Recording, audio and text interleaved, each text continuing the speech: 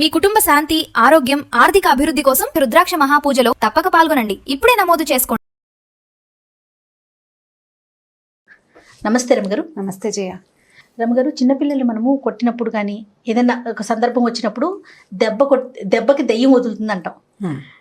అసలు దీనికి దానికి కనెక్షన్ ఏంటండి? అంటే మనం కొడితే దెయ్యం వదలటం ఏంటి? దీనికి సంబంధించి ఏమైనా స్టోరీస్ కానీ, అసలు ఈ మాట ఎందుకు వచ్చింది, ఈ సామెత? బోల్డ్ అంత కథ ఉంది దానికి. అయితే దెబ్బకి దయ్యమే కాదు, దెబ్బకి దేవుళ్ళు కూడా బెదురుతారు. మరి పిల్లలకి ఒక దెబ్బ ఇస్తే, ఇప్పుడు మామూలుగా అరిచేసి చచ్చిపోతాం, ఎంతసేపు అరిచినా వినరు. ఒక చెంపకాయ పడేసరికి పెద్ద రాగం తీసి మళ్ళీ కొడుతుందేమోనని రాగాన్ని మింగేస్తారు పిల్లలు సాధారణంగా. కాకపోతే పదే పదే కొడుతున్నాం అనుకో, దెబ్బకేమి భయం ఉండదు. రేర్గా పడే ఒక దెబ్బ భయపెడుతుంది. కానీ చిట్టి పొట్టి దెబ్బలేస్తారు జయ. ఏమిటో ప్రతిసారి చెప్పాలనుకుంటా, ఈ వాక్యం చెప్పేసేయాలి ఇప్పుడు. చెప్పండి. చిట్టి పొట్టి దెబ్బలేస్తే పిల్లలు చిక్కిపోతారు. ఇప్పుడు అటెళ్తూ ఇటెళ్తూ ఒక దెబ్బ అలా కొట్టకూడదు. చిన్న చిన్న దెబ్బలతోటి పిల్లలు సన్నబడిపోతారు. ఎందుకు రమ్మగారు? అది అట్లా అంటారు, చిట్టి పొట్టి పెద్దవాళ్ళు చెప్తారు. నిజమే ఆ మాట. ఎప్పుడు చిట్టి పొట్టి దెబ్బలు తగులుతూ ఉంటే పిల్లలు అదురుతారు కదా. ముద్దుకి కొడుతున్నారని ముద్దు కాదు, సీరియస్ గానే ప్రతి చిన్నదానికి, ప్రతి విషయానికి ఓ మొట్టికాయ, ఓ చెంపకాయ, ఓ దెబ్బ వేయటం అలా కాకుండా అసలు ఏం అనొద్దు. కొడితే సడన్ గా ఒకసారి ఒక పెద్ద దెబ్బ పడాలి. ఈ చిట్టి పొట్టి దెబ్బలు వేయకూడదు, దాంతో పిల్లలు చిక్కిపోతారు. మీరు కొట్టేవారా రమ్మగారు పిల్లల్ని? నేను గట్టిగా ఒక దెబ్బ ఖచ్చితంగా పడుతుంది జయ. చిట్టిపొట్టి దెబ్బలు నేను కొట్టను. ఇప్పుడు కూడా మా వాళ్ళకి మొట్టికాయలు పడుతూనే ఉంటాయి. నాకు బాగా కోపం వస్తే, అంటే వాడు మాట వింటలేదు అనుకో, జుట్టు బాగా అందుతాయి మా పిల్లలు ఇద్దరివి. జుట్టు పట్టుకుంటాను, నాకు జుట్టు పట్టుకుని అది ముద్దు తిట్టడానికి కూడా అదే పద్ధతి. నెత్తి మీద మొట్టికాయలు వేస్తూనే ఉంటాను. అంటే ఎవరు అందితే వాళ్ళకి మొట్టికాయలు పడుతూ ఉంటాయి. కాకపోతే ఈ మొట్టికాయలు వేయటం అంటే గట్టిగా కొట్టడం ఒక పద్ధతి. మనం చిన్న చిన్న దెబ్బలు కొట్టకూడదు పిల్లల్ని. కొడితే ఒకటే పెద్ద దెబ్బ. వాడికి ఆ దెబ్బ బెదురు ఉండాలి పిల్లలకి. కొడుతుందేమో అమ్మ అన్న భయం ఉండాలంట. కొడుతుంది, అంతేగాని ఎంతసేపు కొడుతుంటే కొడుతుంది, అంతకంటే ఏం చేస్తుంది, దీనికి అంతకంటే ఇంకేమి రాదనిపించేస్తుంది. అలా చేయకూడదు. ఎప్పుడో 10 రోజులకు 15 రోజులకు ఒక చెంపకాయ పడితే భయం ఉంటుంది. 10 రోజులకు ఒకసారి ఏమిటి, నెలకోసారి కొడతావా? 10 రోజులకు ఒకసారి కొట్టకూడదా? నెలకు ఒకసారా? మరి ఎలా? అసలు పిల్లలు కొడతామా రమ్మ గారు? గట్టిగా నోటితో చెప్పాలి కానీ మీరు కూడా కొట్టమని చెప్తున్నారా? మరి కొట్టకంటే కుదరదు. మరి దేవుళ్ళు కూడా భయపడతారు దెబ్బకి. అదే కానీ చెప్తున్నాను. చెప్పండి, స్టోరీ చెప్పండి. ఫైనల్ లో డిసైడ్ చేసుకుందరు. కానీ చిన్నప్పుడు న్యూస్ పేపర్లో, చిన్నప్పుడు అంటే నా చిన్నప్పుడు అంటే కనీసం ఇది 70s లో అనుకోండి, న్యూస్ పేపర్లో ఫుల్ పేపర్ ఉంటుంది. ఆ పేపర్ నేల మీద పరిచి మొదటి పేపర్ని ఇలా కొంచెం పైకి లేపితే రెండో పేపర్లో ఈ కార్నర్కి, అంటే పేపర్ ఇలా పెట్టుకుంటే ఇటువైపు కార్నర్కి అనమాట, రైట్ సైడ్ కార్నర్కి ఒక చిన్న కాలం ఉండి అక్కడ ఒక కథ వేసేవాళ్ళు. ఆ కథలో రకరకాల ఇంట్రెస్టింగ్ కథలు అండి. మొత్తం కథ అంతా కాదు, అది సీరియల్ లాగా కథ నడుస్తూ ఉండేది అనమాట. ఒక 5-6 బొమ్మలు లేదా 7 బొమ్మలు, ఒక్కొక్క బొమ్మకి ఇప్పుడు అమర చిత్ర కథలకు ఎట్లా వాక్యాలు ఉంటాయి, ఆ వాక్యాలు ఉండేవి. ఎవ్రీ డే నేను ఆ కథను వెతుక్కుంటూ ఉండేదాన్ని. ఆ కథ కావాలి. పేపర్ ఎవరి చేతిలో ఉన్నా మా నాన్నగారు చదువుతుంటే మధ్యలోకి దూరి, కుర్చీకి పేపర్కి, ఆయనకి మా పేపర్కి మధ్యలో దూరి ఆ కాస్త పేపర్ తీసి అది గబగబా చదివేయాలన్నమాట. అంత ఇంట్రెస్టింగ్గా ఉండేది. అలా చదివిన ఒక కథ ఇది. ఎంత పాతదో. అయితే దీన్ని సరదా కథగానే తీసుకోవాలి, చెప్పడానికి బాగుంటుంది, వినడానికి బాగుంటుంది. ఇది నిజమేనన్న ఆలోచనలో ఉండద్దు. ఒక ఊళ్ళోనట ఒక పూజారి గారు ఉన్నారు. మామూలుగా పల్లెటూళ్ళల్లో ఏదో కాయ కసరు పండించుకుంటారు. ఏదో ఆకుకూరని, తోటకూరని, ఓ దొండపాదు, ఓ కాకరపాదు, అక్కడి నుంచి 4 వంగ మొక్కలు, 4 బెండ మొక్కలు పెట్టుకుంటే ఇక కూరలు కొనుక్కోక్కర్లేదు. ఆ ఉన్న కూర ఏదో అంత కూర వండుకొని కాలక్షేపం చేసేవాళ్ళు. అయితే ఈ పూజారి గారి ఇంట్లో రకరకాల కూరగాయల మొక్కలు ఉన్నాయి. వాళ్ళ ఇంట్లో ఒక బ్రహ్మాండమైన కాకరపాదు ఉంది. కాకరపాదుకి ఏంటంటే స్నానాలు చేసే నీళ్లు, వేడి నీళ్లు పడితే కాకర విరగ్గాస్తుందని చెప్పేవాళ్ళు చిన్నప్పుడు. మామూలు నీళ్ళు కాదు, అక్కడ కూర్చుని స్నానం చేస్తున్నారు ఇంకో పిల్లల స్నానాలు అవి. అప్పుడేముంది, బాత్రూంలో ఏం లేవు, ఓపెన్ ఎయిర్ బాత్రూమ్సే, బయటే స్నానాలు చేసేవాళ్ళు. ఈ వేడి నీళ్లు, సునిపిండి నీళ్లు, నూనె నీళ్లు అవి తగిలితే కాకర విరగ్గాస్తుందని చెప్పేవాళ్ళు. అయితే వాళ్ళ దొడ్లో కాకర చెట్టు విపరీతంగా కాసేది, బోల్డ్ కాయలు. ఈ పూజారి గారికి ఓ 2-3 పిల్లలు ఉన్నారు. ఓ కొడుక్కి పెళ్ళయింది. చిన్నపిల్లలు ఏదో చదువుకునేవాళ్ళు. ఈ పెళ్ళి అయితే కోడలు కొత్తగా వచ్చింది. దానికి కాకరకాయ కూర మహా ఇష్టం. వీళ్ళింట్లో కూడా కాకరపాదు ఉంది, ఇంట్లో అందరికీ కాకరకాయ కూర ఇష్టం. అయితే అత్తగారు ఏం చేసేది, కాకరకాయ పులుసు కూర చేసేది. ఈ అమ్మాయికి వేపుడు ఇష్టం.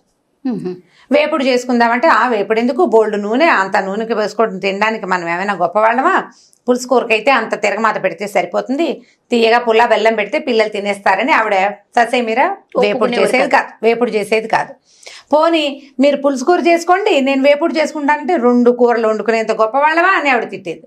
దాంతో అంతసేపు కాకరకాయ కూర చూసినప్పుడల్లా దీనికి వేపుడు మనసులో మెదులుతుండేది ఈ పిల్లకి. అత్తగారు ఒప్పుకునేది కాదు. ఏం అత్తగారండి? ఆవిడ ఒక అత్తగారు మరి. ఓకే, పాతకాలం అత్తగారు. అక్కడి నుంచి ఏమైంది, కొన్ని రోజులు ఇలా గడిచాక ఓ రోజు ఏదో కూరండు తిన్నారు. మర్నాడు పొద్దున్నే ఇంట్లో ఉన్న చిన్నపిల్లలు ఏమో బడిలోకి వెళ్ళిపోయారు. అత్తగారికి పక్క ఊరు నుంచి కబురు వచ్చింది, వాళ్ళ అక్కయ్య కూతురు కానీ ఎందుకు సిద్ధంగా ఉంది, కాస్త తోడు రావాలి అని అడిగారు. అడిగేసరికల్లా మామగారు అన్నాడు, నువ్వు అబ్బాయి వెళ్ళండి అని చెప్పారు. చెప్పేసరికల్లా ఆ మామగారేమో ఆయన ఏదో పౌరోహిత్యం చేసుకోవడానికి ఊరి మీదకి వెళ్ళిపోయాడు. భర్త అత్తగారు ఇద్దరు కలిసి పక్క ఊరు పురుడు పోయటానికి వెళ్ళిపోయారు. ఈ పిల్ల ఒక్కతే ఉంది. సరే ఆవిడ ఏమంది, పొద్దున ఏదో వండాను కదా వంట, అన్నం తినేసేయి, ఆ పశువుల దగ్గర బాగు చేయి, ఏవో 10 రకాల పనులు, మామూలుగా ఇంట్లో ఉండే ఆడపిల్లలకు అప్పచెప్పే 10 రకాల పనులు అప్పచెప్పింది. మధ్యాహ్నం అయ్యేసరికి పురుడెళ్ళగానే నేను వచ్చేస్తాను, సాయంకాలం ఆవుకు పాలు తీయాలి, ఈ కథ ఏదో చెప్పి వెళ్ళిపోయింది. ఈ పిల్ల ఏం చేసింది, 4 పనులు సవరించుకున్నాక అన్నం పెట్టుకుందామని అనుకుంది, ఆకలిస్తుంది అన్నం తిందామని. అప్పుడు దానికి తట్టింది, ఎవరు లేరు, ఎంచక్కా 2 కాకరకాయలు కోసుకుని వేయించుకుంటే బాగుంటుందని చూసింది. చెట్టు మీద చూస్తే బోల్డ్ సేపు వెతికితే కానీ కాయలు కనపడలా. ముందు రోజు కోసేసుకున్నారు, పక్కింటి వాళ్ళకి వీళ్ళకి పనిచేసి ఉంటారు. అక్కడి నుంచి ఒక లోపలగా మూలకి ఒక 4 అంటే 4 నవనవలాడుతున్న లేత కాకరకాయలు కనపడ్డాయి. అమ్మయ్య దొరికినాయిరా నాయన అని ఆ 4 కాకరకాయలు కోసుకొచ్చి ఏం చేసింది, అంత నూనెసి కాస్త చకచక వేయించుకుంది. కానీ ఏమనుకుంది, ఇక్కడే కూర్చుని తాపీగా తింటూ కూర్చుంటే అత్తగారు వచ్చేస్తే పట్టుబడిపోతాము, నీళ్ళకెళ్ళి తింటే సరిపోతుంది, నీళ్ళకెళ్ళాలంటే చెరువుకి బిందు బుచ్చుకు వెళ్ళాలి, ఒక అరగంట 30 గంట పడుతుంది. ఆ లోపల అత్తారు తిరిగి వచ్చేసినా ఆవిడ కనపడకుండా ఉంటుందని ఏం చేసింది, ఈ కాకరకాయ వేపుడిని చిన్న గిన్నెలో వేసుకుని గిన్నె తోమేసింది. అక్కడి నుంచి ఆ పొద్దున అత్తగారు చేసిన పులుసో కూర ఏదో ఉందిగా అది వేసుకుని అన్నం తినేసింది. ఇది ఎక్స్ట్రా తినడానికి బౌల్లో వేసుకుంది అనమాట, స్నాక్ వేసుకుని ఏం చేసింది, బిందులో పెట్టుకుని చెరువు గట్టుకు బయలుదేరింది. అన్నం తినేసింది, దొడ్డి తలుపు వాకిలి తలుపు వేసేసింది, గేట్ వేసుకుని వెళ్ళిపోయింది. ఈ వెళుతూ ఉంటే ఏమనుకుంది, చెరువు గట్టు మీదకి వెళ్తే చాలా మంది కనపడుతున్నారు. చెరువు గట్టు మీద అక్కడ కూర్చుని కాకరకాయ కూర ఓపెన్ చేస్తే దాంట్లో ఇంగు వేసింది, జీలకర్ర వేసింది. అదేమో మూత తీసేసరికల్లా వాసన వస్తుంది కదా, వేపుడు గుమగుమలాడుతూ వాసన రాదు, వాసన వస్తుంది. ఎవరైనా అర్థమవుతుంది, రెండోది నేను తింటున్నట్టు చూస్తారు. ఓ పని చేద్దామని ఈ చెరువు గట్టుకి కొద్దిగా యువతలుగా ఒక కాళిక అమ్మవారి దేవాలయం ఉంది. ఆ ఊళ్ళో చిన్న గుడి, వీళ్ళ మామగారు కూడా అక్కడ అర్చన చేస్తాడు, అంటే ఆ గ్రామ దేవత అనమాట కాళికమ్మ. అయితే ఏం చేసింది, అదే పెద్ద గుడి ఏం కాదు, అది చిన్న గుడి. కొద్దిగా తలుపు జారేసుకుని లోపల కూర్చోవచ్చు అమ్మవారు ఎదురకుండా. ఇదేం చేసింది, తలుపు అలాగా తోసి పిల్ల లోపలికి వెళ్ళి కూర్చుని బిందెలో నుంచి గిన్నె తీసింది, ఒక్క ముక్క ఎగరేసి నోట్లో వేసుకుంటే కాళికాదేవి చూస్తుంది. ఏమిటి ఇది ఎవరు నా ఎదురుగుండా కూర్చొని తింటోందని చూస్తోంది నేరుగా. చూస్తుంటే ఈ పిల్ల చూసింది పైకెత్తి, నీకు పెట్టడానికి కాదులేవమ్మా నేనే తింటున్నాను అంది ఒక మాటకి. అనేసరికల్లా ఆవిడ మళ్ళీ చూస్తోంది పిల్లకేసి. ఇది తింటుంటే నీకు డ్రైగా ఉన్న ముక్కలు తినేసరికి మనకేమవుతుంది, గొట్టొచ్చి ఎక్కిళ్ళు వస్తాయి. అటు ఇటు చూసేసరికల్లా ఏమైంది, కూరలో నూనె తక్కువైంది, నూనె తక్కువగా ఉంది, అందుకే గొట్టొస్తుందని దీపారాధన పెడతారు కదా, ఆ దీపారాధన నువ్వుల నూనెని కొద్దిగా అలాగా ఒక చెంచాడు కూరలోకి పడేలాగా వంచి దీపారాధన అక్కడ పెట్టింది. కూర ముక్కలు కదిపింది ఇట్లా చిన్న గిన్నెని. ఆ గిన్నె కదిపి ఏం చేసింది, మళ్ళీ 4 ముక్కలు నోట్లో వేసుకుంది. ఈసారి నూనె కూడా తగిలేసరికల్లా సర్రమంది దాహంగా అనిపించేసింది, దానికి లోపల కారం వచ్చేసింది. ఏం చేసింది, అమ్మవారికి పొద్దున్న అర్చన కోసం పెట్టుకుంటా నీళ్లు ఉంటాయి కదా, ఆ నీళ్ళగా చెంబెత్తుకుని నీళ్లు తాగింది. ఆవిడ అదే పనిగా చూస్తూ పోస్తుంది, ఇందుంపదేగా గుళ్ళోకి వచ్చి ఎంగిలి వండిన పదార్థం పోనీ నాకు నైవేద్యం కాదు, అది తినేస్తూ నా దీపారాధనలో నూనె పోసుకుంది, నా నీళ్ళే తాగేస్తోంది, గుడంతా ఎంగిలి చేస్తుంది నా అని ఇలా ముక్కు మీద వేలేసుకుంది అమ్మవారు కాళికాదేవి. ఈ పిల్ల తినేసింది, దానికి తిండి గోలే కానీ ఈ అమ్మవారి గోల లేదు. తినేసి కబకబా లేచి బయటకు వెళ్ళిపోయింది తలుపు దగ్గరగా వేసి. అమ్మవారిని అది చూడలేదు, ఆ పిల్ల చూసుకోవాలి, ఆ కోడలు వెళ్ళిపోయింది. చెరువులోకి వెళ్ళింది, కామ్గా ఈ గిన్నె గడిగేసేసింది, మూత తుడుచుకుంది, కాసిన మా చెరువు నీళ్ళు ఒకటి దాగి ఓ బిందె నీళ్లు ముంచుకుని హా లాలా అని పాట పాడుకుంటూ ఇంటికి చేరిపోయింది. చేరిన తర్వాత ఏమైంది, మీది మధ్యాహ్నం కదా, 12 గంటలకో 11:30కో సాయంకాలం అయింది. సాయంకాలం దీపారాధన చేయడానికి అర్చకుడు గుళ్ళోకి వెళ్ళేసరికల్లా అమ్మవారి ఇట్లా ముక్కు మీద వేలేసుకుని కనపడుతుంది. అయ్యో రామా, కాళికాదేవి ముక్కు మీద వేలేసుకుంది, ఏదో అపరాధం జరిగింది ఊళ్ళో అని గోల మొదలైంది. వీళ్ళ ఇంటి దాకా రాలేదు, ఊరంతా తెలిసింది. ఆ రోజులు ఏంటంటే పెందరాళ్ళే పడుకునేవాళ్ళు కదా, వాళ్ళల్లో వాళ్ళు చెప్పుకున్నారు, రేపు పొద్దున్నే చూడాలనుకున్నారు.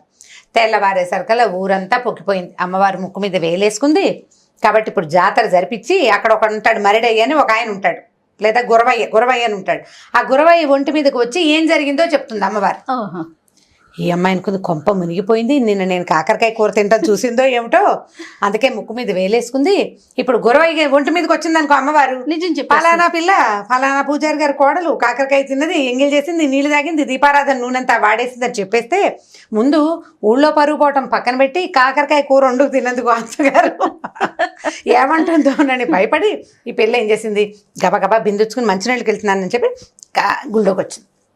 గుడి దగ్గర జనం అంతా చేరేసరికి ఈ పిల్లంది అందరూ తలా ఒకటి వచ్చి దండాలు పెట్టుకుంటున్నారు. మా అమ్మ మా తల్లి మేకనిస్తాం, గొర్రెనిస్తాం, కోడినిస్తాం, ఏం జరిగింది ఏమిటో చెప్పు, నువ్వు ప్రశాంతంగా ఉండు, నువ్వు ముక్కు మీద వేలు తీసేయి. మా అమ్మ అంటే ఏమీ లేదు, ఆవిడ అలాగే కళ్ళు పెద్దవి చేసి చూస్తుంది, ముక్కు మీద వేలు మాత్రం అలాగే ఉంది. సరే వీళ్ళు ఏమనుకున్నారు, ఎవరందరూ తలా ఒక మొక్కు చెప్పండిరా, ఏ మొక్కుకైనా అమ్మవారికి నచ్చితే వేలు తీసేస్తుంది అన్నారు. ఎవరేం చెప్పినా ఆవిడ కదలటలా అటగే పెట్టుకుంది ముక్కు మీద వేలు. ఈ అమ్మాయి ఏం చేస్తుంది, నేను కూడా చెప్తా అంటే వీళ్ళు ఏమనుకున్నారు, బ్రాహ్మణులు పూజారి గారి కోడలు బాగా మాటకారి చక్కగా చురుగ్గా ఉంటుంది, ఇదేదో చెప్తుందంటే మీరందరూ బయటకు వెళ్ళిపోండి, నేను అమ్మవారితో మాట్లాడతానంది. వెళ్ళి నుంచుంది ఎదురుకుండా. ఏమమ్మా, నేను కాకరకాయ కూర తింటే మాత్రం నువ్వు ముక్కు మీద వేలేసుకుంటావా? ఇప్పుడు వాడు ఎవడికో ఒంటి మీదకి వచ్చి చెబితే మా అత్త నన్ను బతకనిస్తుందా? నీ సొమ్మేం పోయింది, నువ్వు హాయిగానే ఉన్నావు, అత్తలేదు ఆడపడిచిపోరలేదు, నీకు అత్తగారు ఉంటే తెలిసేది, తీ ముక్కు మీద వేలంది. ముక్కు మీద వేలు తీసేయి. ఇప్పుడు నువ్వు చెప్పావో గురవయ్య ఒంటి మీదకి వచ్చి నువ్వు చెప్పావా, నేను చచ్చానే, మా అత్తగారు నన్ను బతకనివ్వదు, నీకు అత్త లేదు ఆడపడుచు లేదు, నీకు ఎలా తెలుస్తుంది నా నొప్పి? నీకు కూడా ఒక కూర అంటే ఇష్టమయ్యి వాళ్ళు వండుకొని ఇవ్వకుండా చేస్తే అప్పుడు కదా నీకు తెలిసేది నొప్పి, తీ ముక్కు మీద వేలు నువ్వు అనేసరికల్లా ఆవిడ అలాగే చూస్తుంది, ముక్కు మీద వేలు తీల. ఇక ఈ పిల్ల కేకలేసింది, చెప్పింది, ఏం చెప్పినా ఆవిడ మాత్రం కళ్ళు అలాగే ఉనిమి చూస్తుంది, ముక్కు మీద వేలు మాత్రం తీట్ల. ఈ పిల్ల కొళ్ళు మండిపోయింది. ఏంటి నువ్వు, నీ గద్దరితనం ఏమిటమ్మా, నాకు అర్థం కాదు, నేను కూర వండుకు తింటాను తప్పైతే నువ్వు ముక్కు మీద వేలేసుకోవడం కూడా తప్పే. పాపం పిల్ల పుట్టింట్లో చక్కగా వేయించుకు తినేది, ఇక్కడ పులుసుకూర తినాల్సి వస్తుంది అన్న ఆలోచన లేదు చూడు, నువ్వేం తల్లివి, ఉండు నీ సంగతి చెప్తానని బిందె పట్టుకెళ్ళింది కదా, బిందెలో ఒక గుండ్రాయి పట్టుకెళ్ళింది ఇంట్లో ఇచ్చి. ఆ గుండ్రాయి ఎత్తింది, వేలు తీస్తావా, ముక్కు పచ్చడి చేయమన్నావా, టీ ముందు అనగానే ఆవిడేమనుకుంది, దిందు పదక ఇది అంత పని ఇంత పని చేస్తుంది, ఎందుకంటే అది చేసిన పనే అలాంటిది. పైగా 2 మనుషులుంటే వాళ్ళందరినీ బయట నుంచోబెట్టి ఇలా పోట్లాడుతుందంటే ఇది ఆ పనైనా చేస్తుందని ముక్కు మీద వేలు తీసేసింది కామ్గా ఆవిడ. దీంతో పెట్టుకోకూడదు, సరేలే అత్తగారు పాపం కూర తినివ్వట్లేదు, ఏదో చేసుకుంది, దాని మాట కరెక్టే కదా అని ఆలోచించుకుని కాళికాదేవి ముక్కు మీద వేలు తీసి కామ్గా చేయి కిందకి పెట్టుకుంది. ఈవిడ అమ్మాయి ఏం చేసింది, తీసేసిందని అందరికీ చెప్పింది. అందరూ వచ్చి చూశారు. చూడంగానే అమ్మ పూజారి గారి కోడలు ఎంత భక్తురాలు, అమ్మవారితో నేరుగా మాట్లాడి ముక్కు మీద వేలు తీయించేసింది అని చెప్పి ఇక ఆ పిల్లని ఇక మామూలుగా కాదు, నువ్వే రోజు అమ్మవారికి వచ్చి పూజ చేయాలమ్మాయి అని చెప్పి ఇక ఎంతో ముద్దుగా చూసేశారు. అత్తగారు కూడా తన కోడలు ఎంత మహాభక్తురాలో తెలుసుకుని అప్పటి నుంచి దానికి ఇష్టమైన కాకరకాయ వేపుడే వండి పెడుతూ అమ్మవారి ప్రధాన గణంలోకి ఈ పిల్లని చేర్చేశారనమాట. ఆ అమ్మాయి కూడా అప్పుడు ఆ క్షణానికి తను తప్పించుకోవాలి కాబట్టి అమ్మవారితో పోట్లాడింది, కానీ అది భక్తి కాకపోవడం ఏం లేదు దానికి. ఆ తర్వాత నుంచి అమ్మవారిని నిత్యం చక్కగా సేవించుకుంది. పూజారి కూడా బాగా, ఈ పిల్ల ఏముంది రోజు గుళ్ళోకి వచ్చి పూజ చేసే వాళ్ళకి సంపద ఆటోమేటిక్గా వస్తుంది. తర్వాత వాళ్ళ కుటుంబం బాగుపడింది. కాకరకాయ ముక్కల ద్వారా ఈ పని చేసింది అనమాట. ఆవిడకి భయం వేసింది కదా, దెబ్బ అంటే దెబ్బ దేవుడికి కూడా గురువే. ఎప్పుడు మనం మామూలుగా తెలుగులో చెప్తారు, సామెతలు చెప్పుకుంటామా, సంస్కృత సామెతలు కూడా కొన్ని మనం చెప్తాం. దండం దశగుణం భవేత్ అని. దండం అంటే ఒక దెబ్బ 10 రకాలుగా పనిచేస్తుంది. ఈ మధ్య వాట్సాప్లో ఎవరో ఒక వీడియో పెట్టారు, వాట్సాప్లో కాదనుకుంటా ఫేస్బుక్లో. ఒక ఆయన చిన్న పిల్లని పక్కన కూర్చోబెట్టుకుని అన్నం ప్లేట్లో పెట్టుకుంటాడు. తన చేతిలో ఒక బొమ్మ ఉంటుంది, ఆ బొమ్మకి అన్నం తినిపించడానికి ట్రై చేస్తాడు. ఆ బొమ్మ తిందు, ఆ కర్ర తీసి టపా టపా టపా కొడతాడు ఆ బొమ్మని. తర్వాత ముద్ద తీసి పిల్లకి పెడితే పిల్ల కిక్కురు మనకండా తినేస్తుంది. దాన్ని కొట్టాడు నన్ను కొడతాడు అని అర్థమవుతుంది కదా. మనం ఒకళ్ళని కొడితే రెండో వాళ్ళు భయపడతారు కదా.